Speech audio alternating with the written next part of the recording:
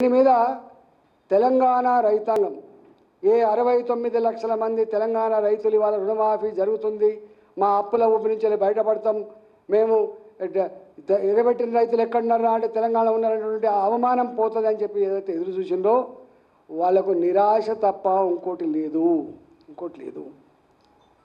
ఇవాళ ఈ ration card పెట్టామంటేనే ఇది ఒక అవమానం.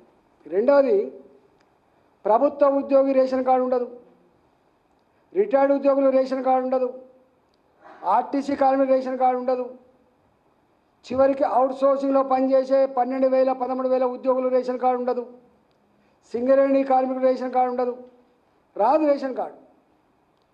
అంటే వీళ్ళందరూ కూడా ఊర్లల్లో 2 ఎకరాలు 3 ఎకరాలు భూమి కలిగి ఉండి వ్యవసాయ ఆ మట్టిని నమ్ముకొని ఊరిని వదిలిపెట్టలేక ఆ వ్యవసాయ బంధాన్ని విడిచిపెట్టలేక వ్యవసాయం చేస్తున్నావు. వాళ్ళందరికీ నువ్వు ఎగనామం పెట్టినట్లు లెక్క, అంటే నువ్వు ఇవ్వనట్లు లెక్క. నువ్వు రైతు రుణమాఫీ చేయవు. వారికోస్ వెయిన్స్ వ్యాధికి కేవలం 30 నిమిషాల్లో చికిత్స. కాల్ చేయండి 9989527715. ఇవాళ అంటున్నారు, ఎవరైతే ఇన్కమ్ ట్యాక్స్ పే చేస్తున్నారో వాళ్ళకు కూడా నువ్వు ఇవ్వమని అంటున్నావు. ఇన్కమ్ ట్యాక్స్ ఇవాళ పెద్ద పెద్ద కంపెనీలు మాత్రమే ఇన్కమ్ ట్యాక్స్ పే చేస్తలేవు.